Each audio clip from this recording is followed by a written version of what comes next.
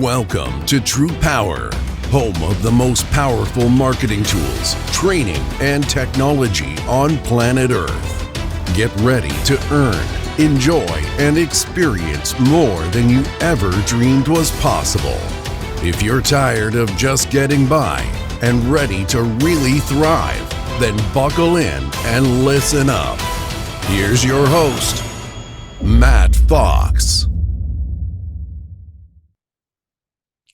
Hello and welcome to TruPowur Academy. And today on episode 248, we are going to be talking about the sales cycle in different phases and how you can use that to move your customer along. So without any further ado, let me share my screen and let's jump right into it.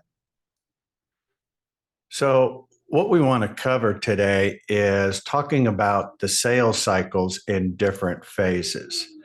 And there really are a lot more than just the main six that are available, but we're going to cover the main six.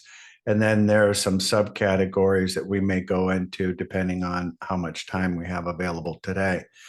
But the first phase, obviously, is when we're working throughout the day, we're physically working during a time period when that's when everybody is at work, even though there are a lot of people that are working from home today. So you could probably say that, you could work on residential. Actually, commercial is going to be more prevalent during most business hours. So we open the conversation with the utility audit. So the utility audit allows us to go backwards in time up to 4 years, depending on the statute of limitations with the customer, to where we're not just looking at the bills that or the errors that are physically visible on the bill, but we're looking at the errors that are available that are buried in the utility that the customer cannot see. And based on the statute of limitations, we can go up to 4 years in the rear, identifying those errors and recovering that as a refund going back to the customer. And so because it is at the utility level and not the supplier level, that means that we can actually perform a utility audit in all 50 states, Canada, and Mexico. So it does not matter whether that is a regulated or deregulated state. However, if we are working in areas where it is a regulated state, you might say that the opportunity is greater because those people never get a phone call from a broker to try and get their rates better or anything else. So they have a tendency to be taken advantage of a little bit more because nobody's looking behind the green curtain, so to speak. And so we want to make sure that we are focusing a little bit on those. I wouldn't certainly focus all of my attention on states that are regulated because it cuts out all of the other phases of opportunity. So if we're dealing with a customer in a deregulated state, then once we get a copy of that utility bill from the customer, then we can load that up so that the auditors are underway. Now, the utility audit does take some time.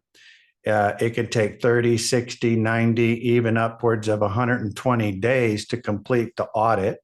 Once that audit is done, and if there are errors and a conclusion of a refund going back to the customer, that can add another 30, 60 days to the timeline for them to get paid. So I certainly would not consider that today money. That's tomorrow money, right? But a very valuable step in the process. Why? Well, the first thing is we're getting a copy of the utility bill, and the utility bill is the magic pill that makes everything happen, right?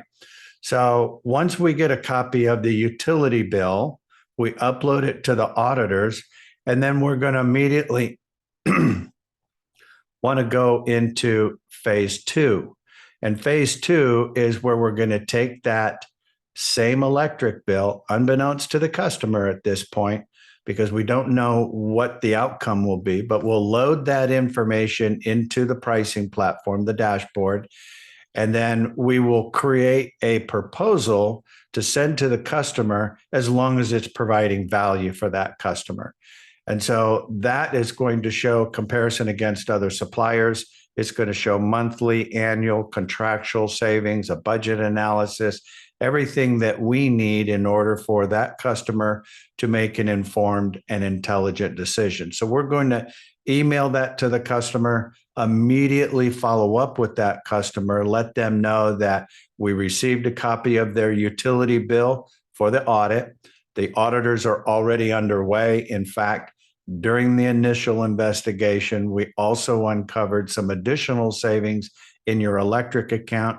I emailed you some information. When you have a chance, take a look at that. Give me a call. We'll go over the details.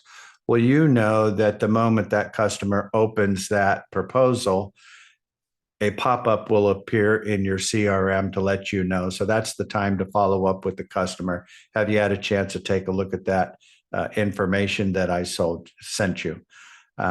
So once the customer sees that, obviously the value proposition is to move forward to apply additional discounts or savings for that customer.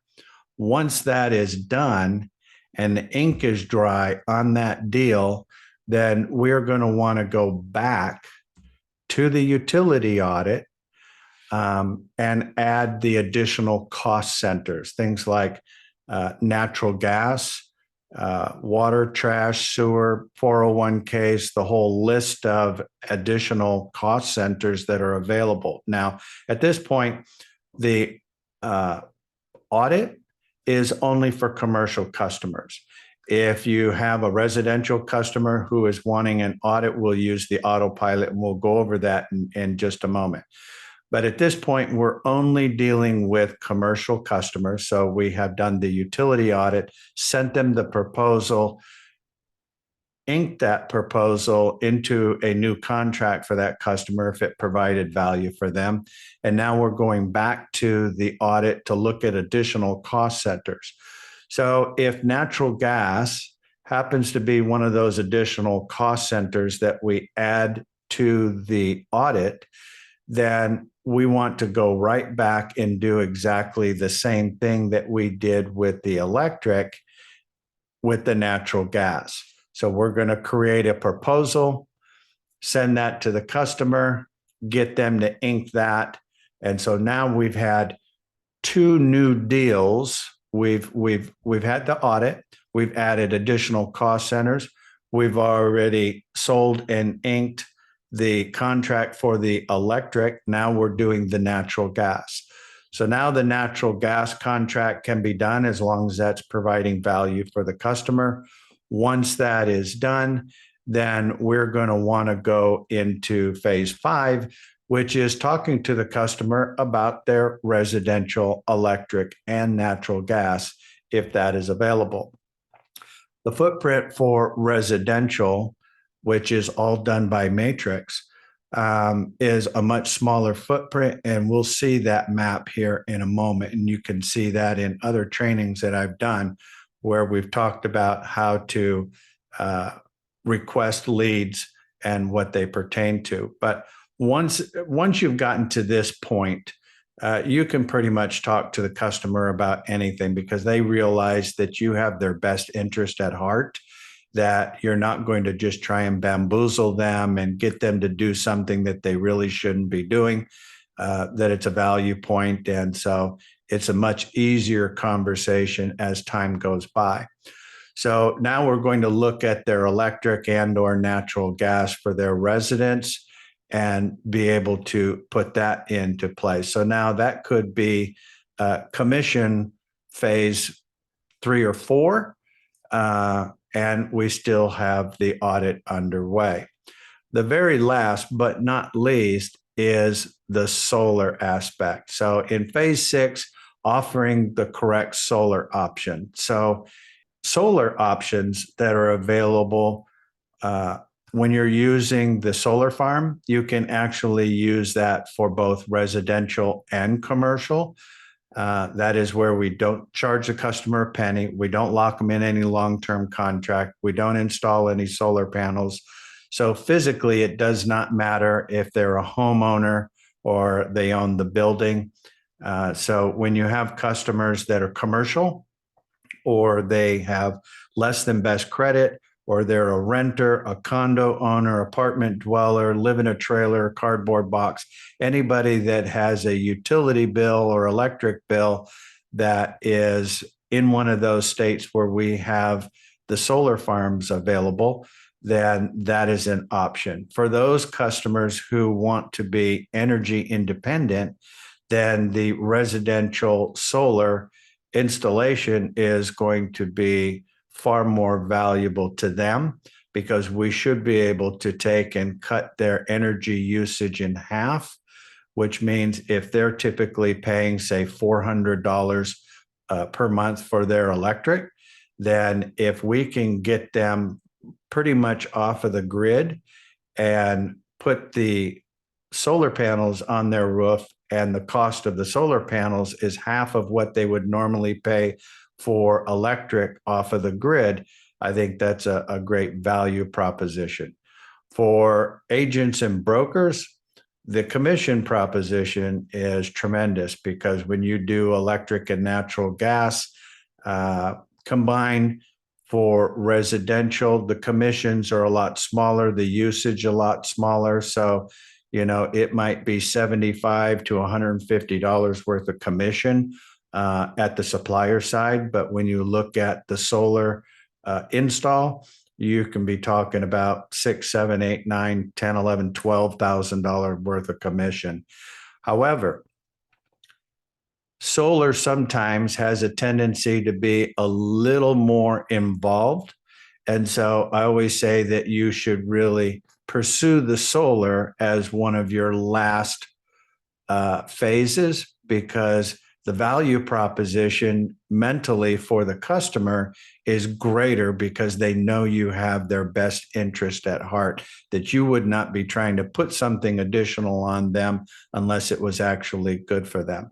So we've started with the utility audit, went and did the electric proposal or auction, and then added the additional cost centers, and then looked at the natural gas if that was available, look at their residential electric and natural gas, and then look at the solar.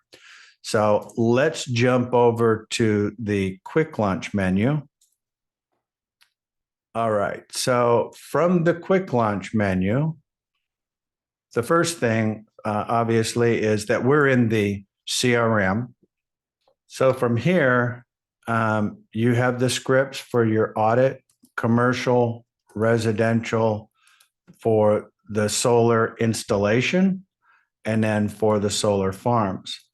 It's important that you kind of keep in mind that when you're using some of these outlines or scripts, that it's very difficult to try and script a conversation. So you may find yourself, when you're talking to a customer about the utility audit, using a combination of the audit script and or the commercial electric. Pre-pandemic, this was the script that we used when we opened the conversation with the customer. It wasn't really until February 2 years ago when we saw that commercial customers were getting the PPP loans and SBA loans and merchant cash advance loans, looking for any way to inject capital into their business to get through the pandemic, because they didn't know if it was going to be 2 weeks or 2 years or 20 years. At that point, everybody was a little bit in a panic. And so the utility audit, which had always been kind of secondary and tertiary at that point, was a natural fit. And then by transitioning over to using the utility audit as our door opener, was evident that it was a much softer, friendlier, easier approach. And so once we get a copy of that utility bill from the customer, then we're going to want to bring that and upload that to the auditors. And that's done right here for commercial customers. And Currently, we've made some adjustments on the audit. It used to be that if you were submitting a utility for audit, that we required you to have at least a $10,000 minimum monthly spend. We have altered that, so it does not matter what size it is. Go ahead and actually upload it to the auditors, because there are different levels to that audit. So once we've entered that customer's information in there, we've collected the electric bill and we've attached it and sent that to the auditors, then they're going to get underway. Simultaneously, we are going to want to come back and upload that to the dashboard in the pricing platform of the back office. And you'll click on new customer and add that information. At this point, if you are newer, somebody will actually walk you through those phases. So that will give you a little more peace of mind to know that somebody is going to mentor you through those processes. Once we've done that, then that will allow you to create the proposal that we're going to go back to the customer and send that to the customer right here where it says supplier savings proposal. So we want to make sure that we attach the proposal, send that to the customer, and then immediately follow up with a phone call to let them know that we received their utility bill safe and sound, that the auditors are already underway. In fact, during the initial investigation, and this is where we're bridging over from the audit to the supplier side, because at this point, they don't know anything about the supplier side, because we don't want to mess everything up by trying to have several different conversations about different options that are available, because it will confuse them. And then when that happens, a customer will say, what? Send me some information. That means you talk too much. So keep it simple. The utility audit as your door opener. The second you get that, upload it to the auditors, and then immediately go into the pricing platform, create the proposal, and then send that proposal to the customer and follow up with the customer. And this is how you bridge over, is to let that customer know, just want to let you know I received your utility bill safe and sound. The auditors are already underway. In fact, during the initial investigation, we also uncovered some additional savings in your electric account. I emailed you some information. Take a look at that. Give me a call. We'll go over the details. That proposal should be enough value proposition that is going to light a fire underneath the customer and be able to move forward with the contract. So once that is done, then we want to go back to the utility audit and have a conversation, not until the contract is signed. Once that's signed and you know it's done and the supplier has inked off on it, so it'll go from pending to signed to completed. So once you have that completed, then we're going to want to go back to the customer, let them know that we're reviewing your audit, that we see that they actually qualify for some additional cost centers that have the potential to increase the amount of the refund. Well, what do you mean by that? Well, as you know, we have the electric account under audit. Let me ask you, do you use natural gas? Yes. How about water and sewer? No, that's covered by the rent. How about waste removal, dumpsters, that kind of thing? Absolutely. Telecom, wireless, shipping, freight, financing, cost segregation, property tax, merchant processing, payroll, 401ks, health insurance, worker comp policy premiums. And a big one right now is the ERCs, which is the employee retention credit. And we're not going to go into that today. That's a whole training in itself. But that is a huge, huge, huge value proposition for a lot of businesses. So once we have gathered all of those bills and uploaded those to the auditors, then if natural gas was in that mix, then when we go back to the customer, when we pull up that customer's information, we're not going to reload it in the sense of creating a whole new account.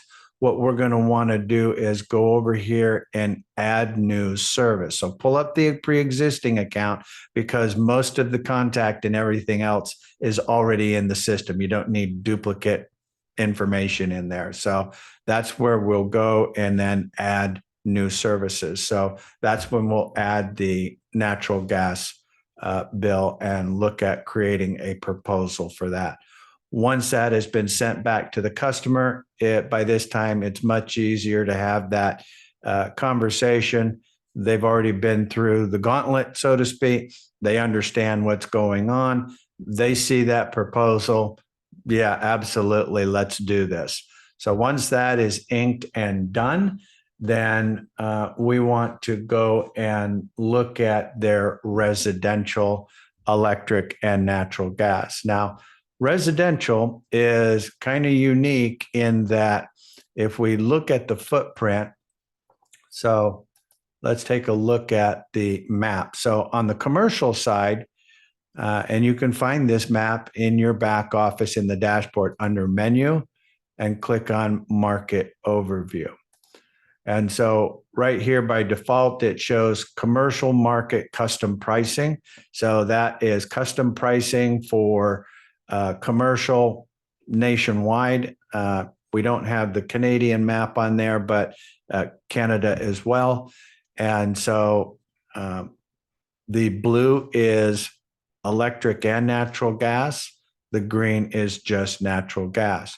When you look at the residential market, the footprint is much, much smaller. So that's why I say if you're doing an audit for somebody in New Mexico, why there wouldn't be any residential opportunity there in the traditional sense of being able to look at their pricing. So where do I go from there? Well, there are some subcategories or some things that you can do for their residential. And similar to the audit, you can use the autopilot program. And so autopilot actually allows you, similar to the utility audit, except for residential. And you can actually use this for commercial as well. But predominantly, we use it for residential primarily. And so take some time, watch the video. But in essence, you can get every monthly bill that residential customer has, minus their mortgage, their car payment, and credit card. Mortgage, car payment, and credit card. So their electric bill, internet, mobile, TV, satellite, security, bottled water delivery, the newspaper subscription, water, trash, anything that is a monthly bill. And we upload it to our negotiators. And if you have a bill that's not listed in here in any specific category, just click other. And so you can add literally any bill. And if it's a bill that we haven't audited yet or renegotiated, give it a try. Sometimes that just ends up working out excellent. So I will tell you that electric, natural gas, cell phones are huge. Cable TV and internet are also huge. Just between cell phone, internet, and cable, usually the savings for a customer on residential can be average of $400 to $1,700 a year. So that's pretty significant. That's, could be $100 a month. So why not? Doesn't hurt their feelings any. And so if that you're talking to somebody in a state that does not allow for residential pricing to the supplier, you can use the autopilot in all 50 states, Canada, and Mexico. Does not matter whether it's regulated, deregulated, what have you. So at that point, then you have the options of looking at solar. What kind of solar options should I choose?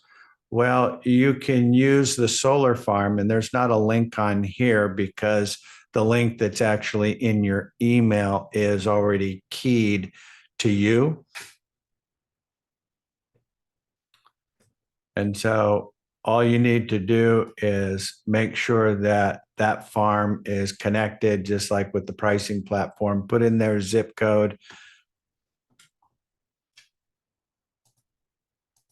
select their utility, and it will actually show you the farm that they will actually be attached to. So it works very well. Now, with the solar farms, it allows you to provide an opportunity for them to go green without having to sign any long-term contracts. We don't charge them any additional fees or sign-up fees or anything. We don't install any solar panels on their home, business, or property. So it's a great value proposition for both residential and commercial. For those people who maybe have less than best credit, are renters, or condo owners, apartment dwellers, live in a trailer, cardboard box, anybody who has an electric bill that is in an area where this would be sufficient. So you can see the list of the states down here at the bottom of the quick launch menu: New York, Maine, Massachusetts, Maryland, Minnesota, New Jersey, Oregon, Rhode Island, and Illinois. If we are talking to a homeowner and we want to install solar to make them energy independent, then they need to be a homeowner. They need to have at least a credit score of 650 or more, which is not a lot if you own a home, unless you just had some bad choices. Your credit should be better than that, but it could happen. Maybe they got a cosigner. I don't know. Anyways, but so a homeowner, credit score of 650. And so a lot of times you're not going to know. I don't typically get into it with the customer. I'd rather get a copy of that bill, find out something later. Maybe there is a cosigner on the property, and then we can add that in and facilitate that. But there's options. So I'd always get a copy of the utility bill. That's going to be huge. Now, in these states is where we have the ability to provide solar for residential customers. We are still actively working on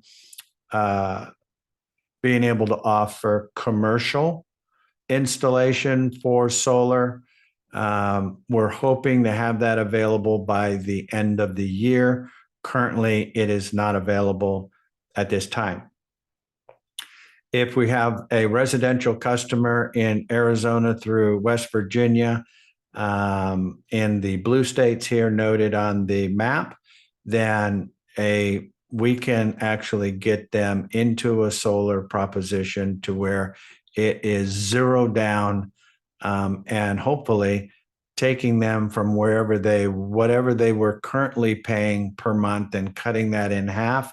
And instead of renting energy from the utility, owning it and having renewable energy coming from the sun and cutting their bill in half. And instead of sending 50% of that to the utility, much better to pay for what's on your roof. So when you think about the value proposition, think of it like this. When you own a home, you have a mortgage that is typically going to be at a fixed rate for 15, 20, 30 years. And that payment is going to remain the same for the duration of the time you are making payments on that home, unless you refi. And if you're a renter, traditionally every year or every 2 years, that property owner is going to raise the rent on you. When the economy goes down or things happen, rates go down, they don't say, you know what, I was able to, save a little more money on the insurance, so I'm going to lower your rent. That just doesn't happen. It's usually up, up, up, up, up. So if you rent, your payments are going to continue to increase over time. Same thing with the utility. If you're using energy from the utility, the amount you pay is going to continue to increase over time. having a fixed rate for the next duration of making payments is a much better value proposition as well. So getting the utility bill is going to be very instrumental in being able to get this done. Once you have the utility bill, if you are not tier 1 or tier 2 certified, then you can actually just load the bill up here in the quick launch menu. From the quick launch menu, put your name and information in there, the customer's information in there, attach a copy of the bill, and then a mentor will take and go through that process. When we create the proposal to go over it with the customer, and I'll show you what one of those looks like because I just did one yesterday. Let's see here. So friends of mine, and so the solar proposal, other than having their name up at the top, is going to show an interactive map of all of the solar panels placed on there. And when we go over this with the customer, if we need to add more or reduce some, or maybe for some reason they don't want these panels seen from the street, or if the CC&Rs have some sort of conditions, like where I live, you can have solar, but you can't see them from the street. So you have to make sure that those solar arrays are not going to impede on having issues with the homeowners association. So some of them are pretty, strict, and a lot of them are pretty lenient, especially when it comes to solar. They just want to make sure that it's done correctly, and so do we. So it is going to break it down so you'll know how much it's going to decrease their usage, what the solar offset is. We got actually some adjustments we're going to do on this proposal. And we'll go over that with the customer. So that is going to help them tremendously. One of the things to keep in mind for the next 30 to 60 days, you're going to be really cutting it close going into December. But because of the federal tax credit, which was extended to 2033, did you have a 30% tax credit? Anyways, I'm not an accountant, so we'll leave that to the bookkeepers and accountants to give advice on that. And that's the way I would probably leave that. So anyways, it is going to provide a lot of value for the customer.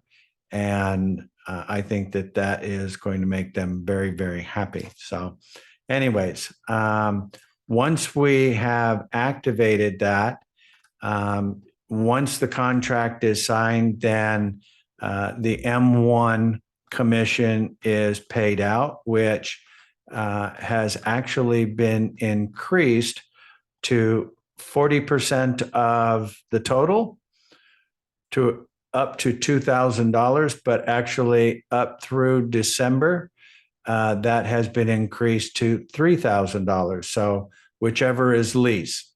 So $3,000 advance or 40%, whichever is smaller. Does that make sense? So I think that is pretty awesome. So one of the other things that will kind of help you working with these customers, if you go into the Power knowledge base and look up tier 1 quick links, so you might want to write that down. And I can provide information if you don't have access to it yet, but you want to get the bill, submit the bill, tag it. In other words, put your mentor in there. So once you have 3 deals that have been submitted with a mentor, then you are in a position to start doing it all on your own.